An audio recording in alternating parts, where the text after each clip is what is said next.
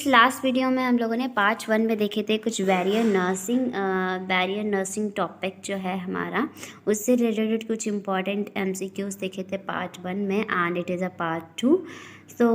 It is a part 2 and इसमें हम देखेंगे कुछ important other questions related to barrier nursing. And last जो हमारा क्वेश्चन था, हियर यू कैन सी, ये हमारा लास्ट क्वेश्चन था प्रीवियस वीडियो का। तो ये क्वेश्चन में पूछा है, एक बार देखेंगे। सो विच प्रोटेक्टिव आइटम्स, कौन सा प्रोटेक्टिव आइटम्स जो है nurse required to provide colostomy care, colostomy care करने के लिए नर्स को जो है प्रोटेक्टिव आइटम्स कौन से रिक्वायर होते हैं यानी आवश्यक होते हैं। कोलोस्टमी केयर अगर पेशेंट की प्रोवाइड कर रही है एक नर्स विद नेजोकोमियल इन्फेक्शन, अगर जो है नेजोकोमियल इन्फेक्शन की मतलब पेशेंट जो है उसको नेजोकोमियल इन्फेक्शन भी है एंड उसको जो है कोलोस्टमी केयर प्रोवाइड कर रही है, एक नर्स जो है कोलोस्टमी केयर प्रोवाइड कर रही है, तो नर्स को क्या प्रोटेक्टिव आइटम्स चाहिए। यहाँ पे नर्स की बात हो रही है कि नर्स को क्या प्रोटेक्टिव आइटम्स चाहिए। तो इसमें हमारा करेक्ट ऑप्शन था D, that is gloves, gown and grills. So next question आज का वीडियो का जो क्वेश्चन है, यहाँ पे आप देखेंगे first question you can see. So यहाँ पे फर्स्ट क्वेश्चन आप देखेंगे कि the most effective way to break the chain of infection is. तो मोस्ट इफेक्टिव वे पूछा है, क्या मोस्ट इफेक्टिव वे पूछा है ब्रेक करने का जो चेन है, इन्फेक्शन की चेन है, जो इन्फेक्शन की चेन यानी कि चेन ऑफ इन्फेक्शन जो है उसको ब्रेक करने का जो मोस्ट इफेक्टिव वे होता है वो क्या है। तो हैंड हाइजीन या फिर वेयरिंग ग्लव्स, या फिर प्लेसिंग क्लाइंट इन आइसोलेशन, या फिर providing private room for client. तो यहाँ पे क्या आंसर करेक्ट जाएगा, यहाँ पे आंसर करेक्ट जाएगा C, that is placing client in isolation, यानी कि पेशेंट को जो है आइसोलेशन में रखना है। पेशेंट को कैसे रखना है, पेशेंट को जो है आइसोलेशन में रखना है। It is a most effective way to break the chain of infection. Patient को सब फर्स्टली क्या करना है, आइसोलेट करके रखना है। ये मोस्ट इफेक्टिव वे होता है इन्फेक्शन की चेन को ब्रेक करने का, isolation. So correct option is isolation. And next question आप देखेंगे, here can C. So next question, purpose of using gloves are all accept। तो purpose क्या होता है, क्वेश्चन पूछा है। क्वेश्चन इज दैट कि पर्पस क्या है यूजिंग ग्लव्स, यानी कि ग्लव्स का यूज़ करने का पर्पस क्या है, यानी कि ग्लव्स क्यों यूज़ किए जाते हैं। तो ऑप्शंस हैं हमारे टू, यानी कि एक्सेप्ट पूछा है। यहाँ पे आपको ध्यान रखना है कि कोई एक जो स्टेटमेंट है इनमें से वो इनकरेक्ट है, यानी कि ग्लव्स का पर्पस नहीं है वो, तो वही हमें देखना है आंसर में। तो प्रोवाइड अ प्रोटेक्टिव बैरियर, यानी कि ग्लव्स जो हैं वो प्रोटेक्टिव बैरियर प्रोवाइड करते हैं। Yes, it is right. So next is to reduce risk of transmission of micro organism के ट्रांसमिशन को कम करना। Yes, it is right. जो ग्लव्स होते हैं वो माइक्रो ऑर्गेनिज्म के ट्रांसमिशन होने से भी कम, यानी कि उसके रिस्क को कम करते हैं। And to avoid allergic reaction of the hand, या फिर to reduce the risk of exposure to blood bone pathogen. तो करेक्ट ऑप्शन इसमें जाएगा हमारा C, that is to avoid allergic reaction of the hand, because gloves जो होते हैं वो प्रोटेक्टिव बैरियर भी होता है एंड जो माइक्रो ऑर्गेनिज्म के जो ट्रांसमिशन होता है उसको भी कम करते हैं। एंड आंसर हमारा जाएगा to avoid allergic reaction of the hands, क्योंकि ये हमारा एक्सेप्ट पूछा है, तो करेक्ट ऑप्शन सी जाएगा। एंड नेक्स्ट क्वेश्चन यहाँ पे आप देखेंगे। Next question is the nurse would wear a gown when. तो नर्स जो है वो गाउन को कब वेयर करती है, यानी कि एक नर्स जो है वो गाउन कब वेयर करती है। सो ये क्वेश्चन में पूछा है। तो दो ऑप्शंस है, पेशेंट हाइजीन इज़ पुअर, अगर पेशेंट की हाइजीन पुअर होती है, या फिर she is assisting with medicine administration, या फिर पेशेंट हैज़ एड्स और हेपेटाइटिस, या फिर ब्लड और bloody fluid exposure in present.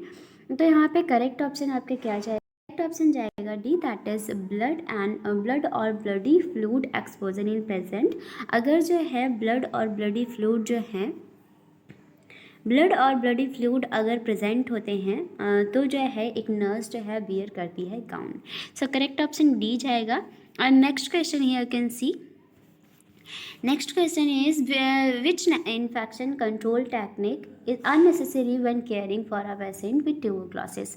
अगर इन्फेक्शन, विच इन्फेक्शन, कौन सा इन्फेक्शन जो है कंट्रोल टेक्निक इज़ अननेसेसरी, कौन सा मतलब टेक्निक जो है, कौन सी टेक्निक जो है अननेसेसरी है, कौन सी टेक्निक जो है अननेसेसरी है जो कि इन्फेक्शन को कंट्रोल करने के लिए यूज़ होती है when caring for a patient with tuberculosis. अगर एक नर्स जो है वो केयर कर रही है, एक नर्स केयर कर रही है किसकी, एक नर्स केयर कर रही है एक पेशेंट की, और पेशेंट कैसा है, पेशेंट है ट्यूबरक्लोसिस का, तो कौन सी इनमें से जो टेक्निक है वो अननेसेसरी है, यानी कि वो टेक्निक जो है for the control of infection वो जो है करेक्ट नहीं है। सो फर्स्ट ऑप्शन आपका है washing hand before the after contact, या फिर putting on isolation gown mask and gloves, या फिर avoid face to face contact, या फिर careful disposal of solid tissues. तो करेक्ट ऑप्शन आपका डी जाएगा, that is careful disposal of solid tissues. तो नेक्स्ट क्वेश्चन यहाँ पे देखेंगे, क्योंकि ट्यूबरक्लोसिस जो पैथोजन होता है are not present into solid tissues, जो सॉलिड टिश्यूज़ में ट्यूबरक्लोसिस जो है वो प्रेजेंट नहीं होते हैं, सॉलिड जो टिश्यूज़ होते हैं उनमें जो है वो ट्यूबरक्लोसिस के जो पैथोजेंस होते हैं वो प्रेजेंट नहीं होते हैं, इसलिए जो है यहाँ पे जो इनकरेक्ट स्टेटमेंट दिया था वो है डी, दैट इज इसमें careful disposal of solid tissues. Next question आप देखेंगे यहाँ पे, so question is that all of the following are principle followed by a nurse in surgical asepsis except, तो all the following ये सभी जो principles हैं जो फॉलो किए गए हैं एक नर्स के द्वारा इन सर्जिकल एसेप्सिस एक्सेप्ट, तो all the following are principles, ये सभी प्रिंसिपल्स जो हैं वो फॉलो किए गए हैं बाय अ नर्स, नर्स के द्वारा फॉलो किया जाता है इन सर्जिकल एसेप्सिस एक्सेप्ट, यानी कि सर्जिकल एसेप्सिस में, सर्जिकल एसेप्सिस में जो है वो सभी प्रिंसिपल्स फॉलो किए जाते हैं बाय अ नर्स, किसी एक स्टेटमेंट को छोड़कर, यानी कि कोई एक स्टेटमेंट गलत है तो एक्सेप्ट पूछा है, तो यहाँ पे हमें करेक्ट ऑप्शन हम यहाँ पे फर्स्ट ऑप्शन है always face to face, always face the sterile field, या फिर keep sterile equipment above your waist, या फिर prevent excessive air coolant around, या फिर discard the use article in kidney tray keeped on the trolley. तो यहाँ पे कौन सा प्रिंसिपल जो है वो फॉलो किए गए हैं नर्स के द्वारा किसी एक को छोड़ के, यानी कि वन स्टेटमेंट इज इनकरेक्ट जो कि नर्स के द्वारा जो है फॉलो नहीं किया जाता है। सो स्टेटमेंट इनकरेक्ट है, सो यहाँ पे आपका करेक्ट ऑप्शन ये जाएगा discard the used article in kidney tray keeped on the trolley.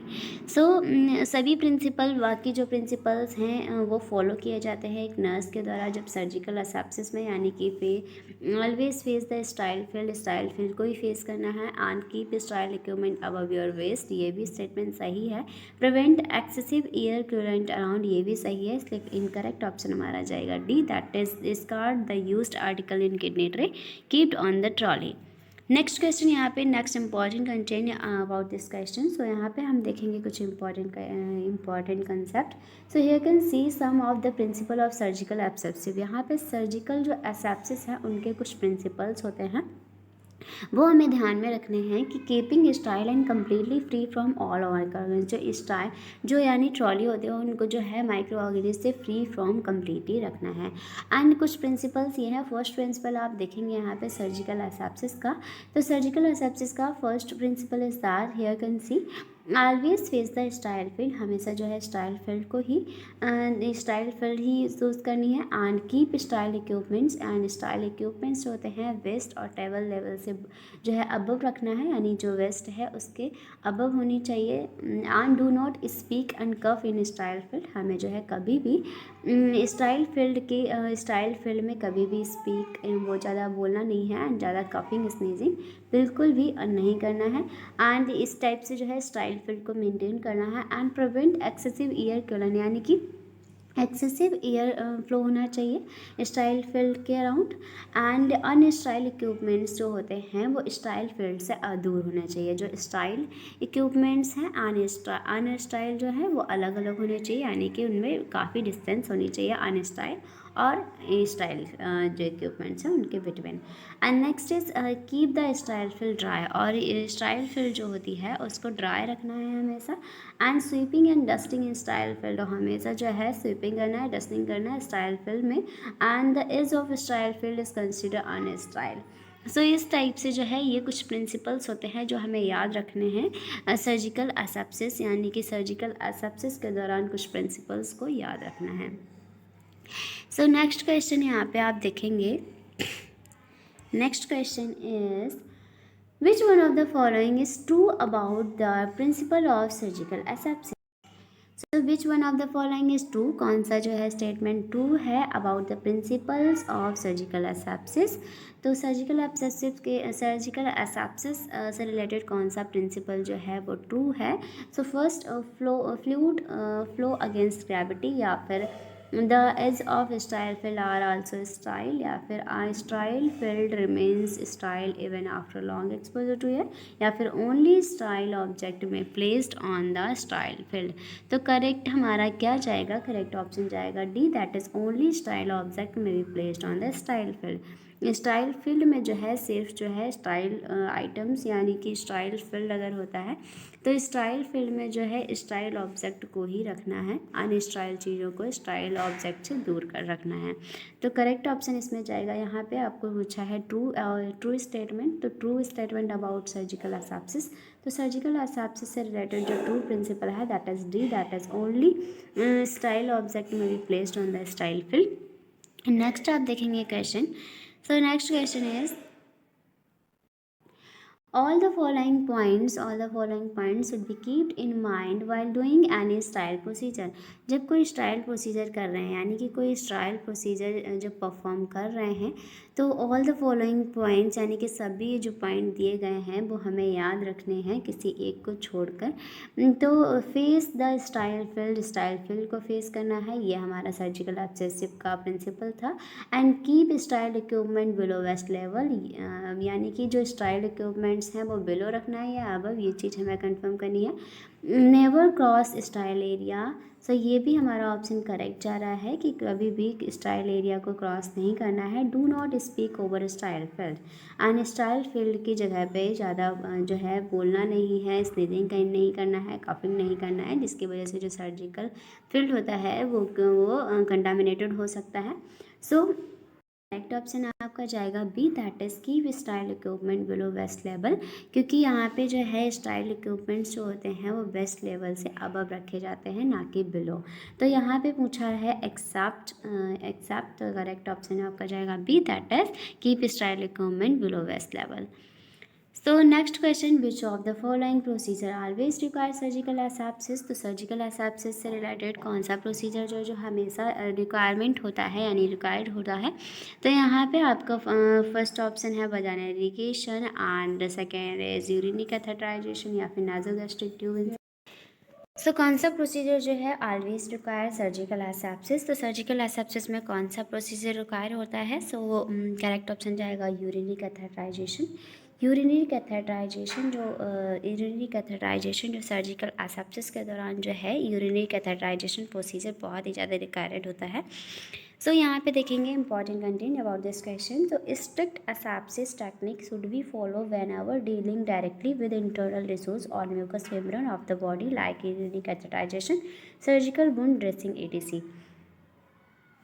तो जो है स्ट्रिक्ट एसेप्सिस टेक्निक को शुड बी फॉलो, यानी कि स्ट्रिक्ट जो एसेप्सिस टेक्निक्स होती हैं उन्हें वो फॉलो करने हैं व्हेन एवर जब हम डायरेक्टली जो है डायरेक्टली डील कर रहे हैं विद इंटरनल टिश्यूज़ और म्यूकस मेम्ब्रेन से of the body like in urinary catheterization, जैसे कि यूरिनरी कैथेटराइजेशन है, सर्जिकल वुंड, ये सब जो है फॉलो करना है ड्यूरिंग जब डील कर रहे हैं when ever dealing directly the internal tissues.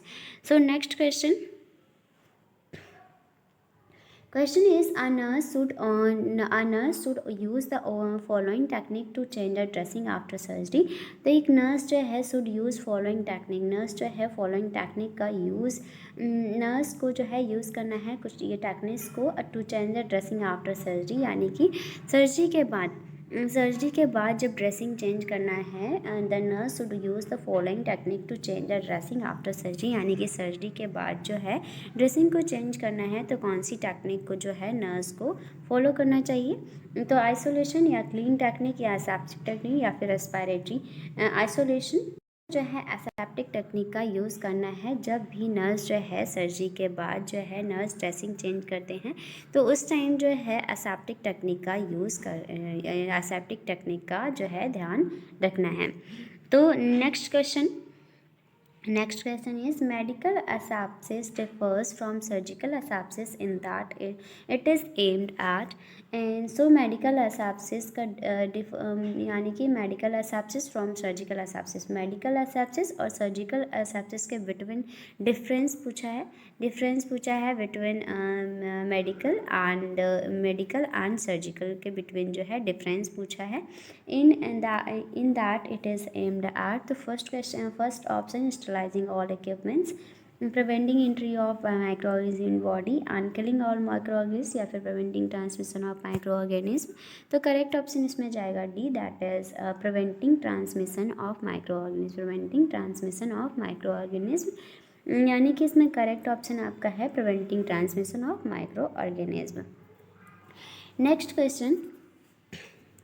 Next medical asepsis means होता है protection of client. Medical asepsis का मतलब होता है कि क्लाइंट को प्रोटेक्ट करना एंड उनके इन्वॉल्वमेंट को फ्रॉम ट्रांसमिशन ऑफ डिजीज़, यानी कि मेडिकल एसेप्सिस का मतलब होता है कि क्लाइंट इसमें जो है प्रोटेक्ट किया जाता है, क्लाइंट जो है प्रोटेक्ट करना होता है क्लाइंट को जो भी इन्वॉल्वमेंट है उस पर, एंड जो कोई भी डिजीज़ जो है वो ट्रांसमिट ना हो, तो ये जो है मेंटेन किया जाता है इन मेडिकल एसेप्सिस। बट जो सर्जिकल एसेप्सिस होता है इसमें जो है माइक्रो ऑर्गेनिज्म यानी कि एसेप्टिक टेक्निक का यूज़ किया जाता है। Next question, which of the following is the purpose of hand washing. तो हैंड वॉशिंग का पर्पस पूछा है, it is very easy question. Hand washing का पर्पस क्या है? So first option to have energy feeling, या फिर टू प्रिवेंट क्रॉस इन्फेक्शन, या फिर to promote circulation of in the hand, to provide comfort. तो correct option prevent cross infection को prevent करने के लिए जो है हैंड वॉशिंग परफॉर्म किया जाता है। Next question, when a nurse is performing a surgical hand hygiene, जब सर्जिकल हैंड हाइजीन परफॉर्म कर रहे हैं, सी मस्ट कीप हैंड, सिर्फ सर्जिकल हैंड हाइजीन परफॉर्म कर रहे हैं, she must keep hand the above elbow, यानी कि जब सर्जिकल हैंड हाइजीन कर रहे हैं तो एल्बो से अबव रखना है या बिलो एल्बो रखना है, या फिर 45 डिग्री एंगल पे रखना है, या फिर कंफर्टेबल पोजीशन लेनी। तो इसमें करेक्ट ऑप्शन जाएगा ए, दैट इज़ अबव एल्बो। जब परफॉर्म कर रहे हैं सर्जिकल हैंड वॉशिंग, तो सर्जिकल हैंड वॉशिंग के दौरान जो है हैंड को हमेशा जो है एल्बो के अबव ही रखना होता है। नेक्स्ट आप देखेंगे यहाँ पे, during medical hand washing water flow will be elbow to wrist और hand below elbow.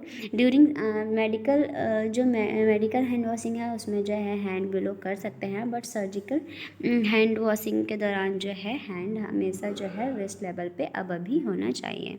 Next question, which of the following is the first priority in preventing infection when providing care for client. तो यहाँ पे जो है first priority क्या होगी infection को prevent करने के लिए, जब when providing care for client को केयर प्रोवाइड कर रहे हैं, तो wearing gloves, using barrier between patient furniture and nurse, hand washing, wearing gown and goggles. तो यहाँ पे करेक्ट ऑप्शन जाएगा hand washing. Next question is the single most important technique of prevention of hospital acquired infection। तो hospital acquired infection को prevent करने के लिए जो सिंगल मोस्ट टेक्निक जो यूज़ करी जाती है prevention of hospital acquired infection, तो करेक्ट ऑप्शन जाएगा hand washing. It is a single most important technique of prevention of hospital acquired infection. Next आप देखेंगे question, For routine client care of recommended duration for vigorous hand washing under stream of water using soapers। तो ये soap को use करना है 15 second तक। So next question is the first line of intervention for prevention of infection is। तो first line intervention पूछा है, first line intervention infection को प्रिवेंट करने का ला, तो करेक्ट ऑप्शन जाएगा hand washing. It is a first line of intervention for prevention of infection। Next question is the most commonly used method to prevent transmission of microorganism के transmission होने का preventive method कौन सा है from one person to another hospital setting is. तो first filtering air in hospital, या फिर disinfecting instrument special solution, या फिर changing the wet linen daily, या फिर washing hand truly and frequently before after checking the patient. तो इसमें correct option जाएगा आपका D, that is washing hands truly and frequently before after checking the patient. Patient को check करने से पहले या बाद में जो है हैंड वॉशिंग डेफिनेटली करनी है। मोस्ट कॉमनली ये मेथड है ट्रांसमिशन ऑफ माइक्रो ऑर्गेनिज्म को ट्रांसमिट होने से प्रिवेंट करने के लिए। नेक्स्ट क्वेश्चन है, आप देखेंगे next question which of the following is a considered as a most important aseptic, यानी कि मोस्ट इम्पॉर्टेंट जो एस्पेक्ट है हैंड वॉशिंग का, that is friction. Correct option is friction. Next question is how many moment of hand hygiene have been laid down by हु। तो how many moment, कितने moments होते हैं हैंड हाइजीन के, have been laid down by हु। तो there are 5 moment of hand hygiene have been laid down by the WHO. Next question, hand rub should not be used in which condition. तो hand rub should not be used, hand rub जो है वो use नहीं करना है। Which condition, कौन सी condition में, हैंड आर विजिबली सॉलिड। तो हैंड विजिबली सॉलिड, तो उस कंडीशन में hand rub should not be used. Next question is, so यहाँ पे आप देखेंगे कि रैपिडली ड्राइंग सोल्यूशन जो होता है, जो कंटेन करता है ethanol and propanol and is applied to the hands after contact with patient called hand rub. It is use topical disinfectant, it should be use after hand washing if hand are visibly soiled. Next question is CSSD is used for storage of। तो CSSD is used for storage। तो CSSD जो है वो use किया जाता है storage, क्या store करने के लिए, स्टाइल सप्लाइज़ को, जो स्टाइल सप्लाइज़ होती हैं उनको जो है, स्टाइल जो सप्लाइज होती हैं उनको स्टोर करने के लिए जो है CSSD जो है यूज़ किया जाता है। CSSD मतलब होता है central sterile supply department in hospital help to supply of sterile equipment को सप्लाई करने के लिए central sterile supply department use किया जाता है। Next question is all the following are basic measures. सभी जो है बेसिक मेजर्स है, मेंटेन स्ट्रिक्ट आइसोलेशन किसी एक को छोड़कर। तो एक्सेप्ट पूछा है, करेक्ट ऑप्शन आपका जाएगा C, that is using screen for the patient. Next question, using for screen of the patient provide privacy not isolation. Screen जो होता है यानी कर्टन जो होता है वो प्राइवेसी के लिए यूज होता है, ना कि आइसोलेशन के लिए। तो next question, The recommended sequence for removal of personal protective equipment। Personal protective equipment जो होते हैं उनके रिमूवल का sequence on leaving a patient room में। तो इसमें correct option gloves remove firstly जो है ग्लव्स को रिमूव करना है, देन जो है मास्क को रिमूव लास्ट। फर्स्टली ग्लव्स को हटाना है, लास्टली जो है मास्क को हटाना है। तो PPE का जो सीक्वेंस होता है, sequence of donning PPE are जो डन करते हैं तब जो सीक्वेंस होता है, तो गाउन होता है पहले, फिर मास्क जो है, उसके बाद respirator, goggles, face shields and gloves. And जो रिमूव करने का जो होता है वो पहले फर्स्टली ग्लव्स को हटाते हैं, फिर गूगल्स को, फिर फेस शील्ड्स को एंड गाउन को, देन मास्क को, फाइनली जो है मास्क को हटाते हैं।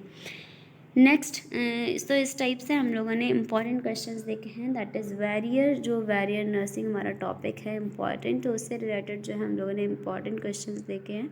एंड इसी टाइप से जो इम्पॉर्टेंट टॉपिक है उनसे रिलेटेड इम्पॉर्टेंट MCQs को यहाँ कवर कराया जाता है। कोई भी नर्सिंग कॉम्पिटिटिव एग्जामिनेशन की प्रिपरेशन अगर आप करना है, देन ये वीडियो अगर हेल्पफुल रहा हो आपके लिए, then please like share and subscribe my channel and thank you so much for watching.